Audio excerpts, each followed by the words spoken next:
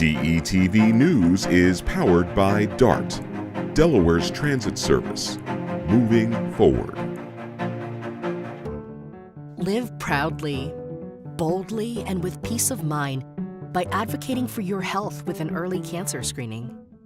The LGBTQIA+ community is at higher risk of cancer, but screenings can detect cancer early when it's most treatable, giving you the power to live exactly as you are. Talk to your healthcare provider today. If you don't have insurance, talk to a nurse navigator to see if you qualify for free screenings.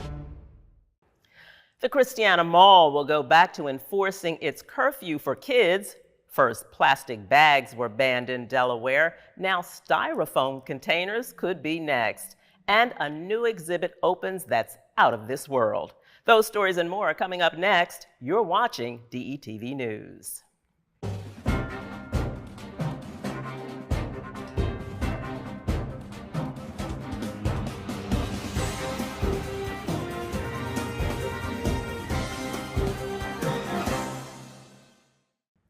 Hello and welcome to DETV News. I'm Lauren Wilson with this latest update.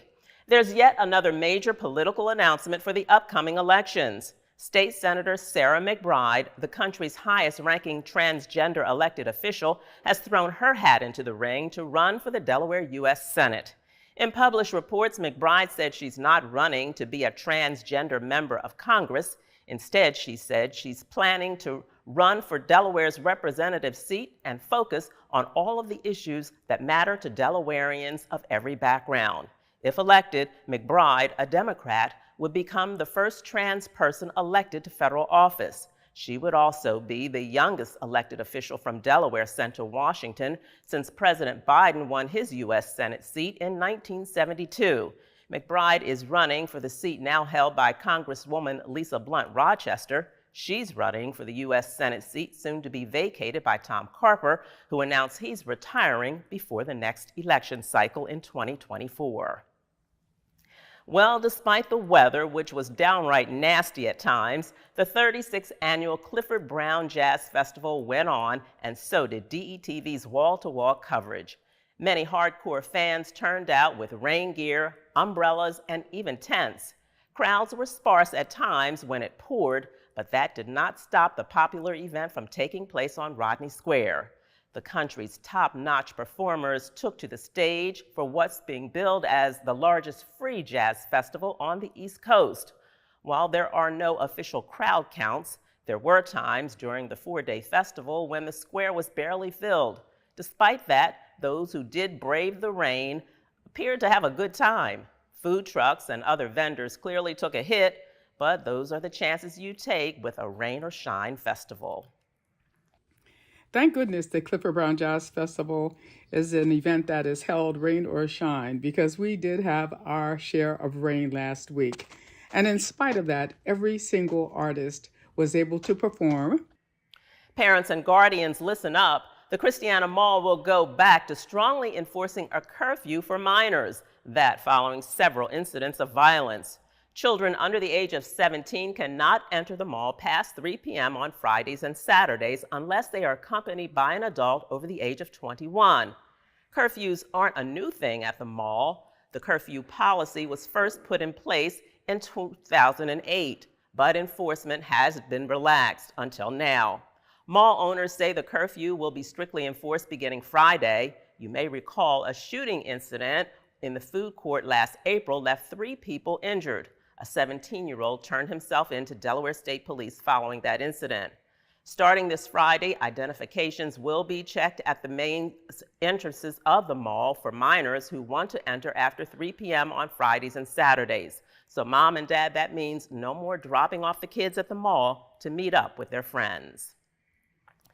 And Delaware State Police are investigating a deadly motorcycle crash in Townsend. It happened Saturday at Van Dyke Green Spring Road. Investigators say a delivery van and a motorcycle collided.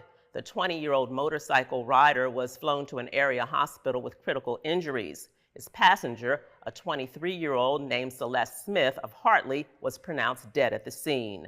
The 23-year-old driver of the van was not injured. Investigators say the delivery van was turning left into a residential driveway, crossing into the pathway of the motorcycle. The motorcyclist did try to brake to avoid the crash, but was unable to do so and hit the right side of the van.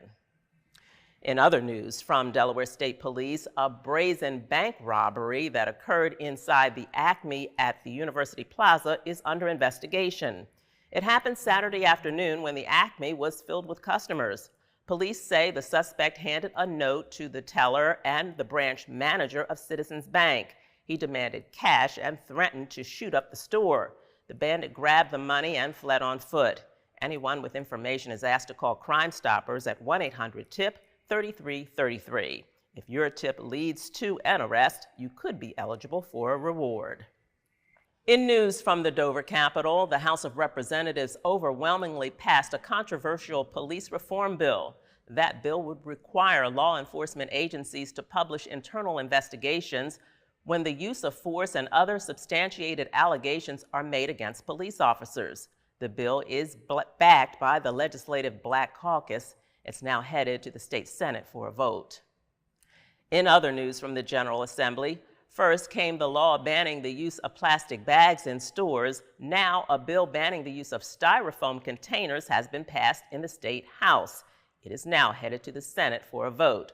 The bill would prohibit restaurants, fire companies, and nonprofit organizations from using Styrofoam containers, single-use plastic straws, along with beverage, cocktail, and sandwich picks made from plastic. If passed, the bill would take effect July 1st of next year. And the Food Bank of Delaware will hold a drive-through distribution this week. Tomorrow, you can go to Dover Motor Speedway starting at 10 a.m. And on Friday, another will be held at the Delaware Park in Lot D. That's a new location for the food bank on 777 Delaware Park Boulevard.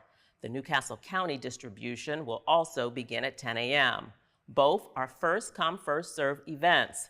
To help speed up the process, recipients are asked to have their trunks and back seats cleared. 1,000 households will be served. You must bring proof that you live in Delaware. That could be a state-issued ID, a utility bill, or something like a SNAP benefits card. The food giveaway this week will be the last to be held until September. And I'll bet you didn't know today is National Pineapple Day. The Blood Bank of Delmarva has partnered with the Dole Produce Company to mark the occasion. DETV's Kaylin Pride has the story about Pine for a Pint Day. I am in shock and incredibly honored to be your Miss Delaware's Teen 2023. Over the weekend, the Miss Delaware Scholarship Organization crowned a new Miss Delaware Teen 2023. Teens from all over competed in all phases of competition, which includes interview, on-stage question, fitness, talent, and evening wear. All right, your first runner-up is Haley Mack. In the end, Wilmington's own Sophia Hughes took home the title of Miss Delaware's Teen 2023. I knew that the judges would see me for me and know that I'm passionate and dedicated to helping my community. It was a bittersweet night for Miss Delaware Teen 2022, Bryn String, as she graced the stage one last time. It's definitely so bittersweet. You know, I've had an amazing year and I've enjoyed every single second, but Delaware's in good hands. Sophia's got this. So I competed for the first time last year and I won my very first try. So even if it's something you think it's not for you, the scholarships are totally worth it. So I'd say just do it. Miss America's Community Service Initiative is also an integral part of the interview phase, where candidates create a program for their community and state. My CSI is MAC, Make a Change, and it's about advocating for homeless youth. And as a homeless youth survivor, I want to advocate for homeless youth for their resources and also their rights. My hope for my year is to have an amazing legacy of service and dedication and to make effective change in my community. As a former title holder with the Miss Delaware Scholarship Organization, it was so great to see so many talented and bright young ladies grace tonight's stage. Sophia Hughes is your newest Miss Delaware's Outstanding Teen, but we can't wait to find out who the next Miss Delaware will be. In Harrington, Delaware, at the Miss Delaware's Outstanding Teen 2023 pageant, I'm Kaylin Pride. Locals know how much Middletown has changed over the years with new homes, schools, stores, and restaurants. And so does an online site called Fortune Well. It names Middletown as one of the best places for families to live in the United States. Middletown made the list due to its growth, low crime rate, and the Appoquinimate School District that ranks above average with 95% of its students graduating from high school. From Sussex County comes news that bird lovers are happy to hear. An 800-foot stretch of beach at Cape Henlopen State Park is being shut down after a piping plover nest was discovered. The nest is the first one to be found in the area in 7 years. The piping plover is a state endangered species. The nest just happens to be just north of the North Shores development where President Biden has a beach house. And the 4th of July holiday is quickly approaching. Delaware's Independence Day travelers are expected to hit record-breaking numbers this year. AAA predicts more than 142,000 Delawareans will travel 50 miles or more for the holiday weekend. That's up 4% from last year, setting a new record for the holiday. More than 10,000 are expected to fly, with almost 90% traveling in vehicles. So pack your patience if you're hitting the road. And finally tonight, visitors to the newly renovated Delaware Museum, Nature and Science are in for a treat. An astronaut exhibit just opened. It allows kids and adults to use a gaming-type system to land on the moon, Mars, or Jupiter.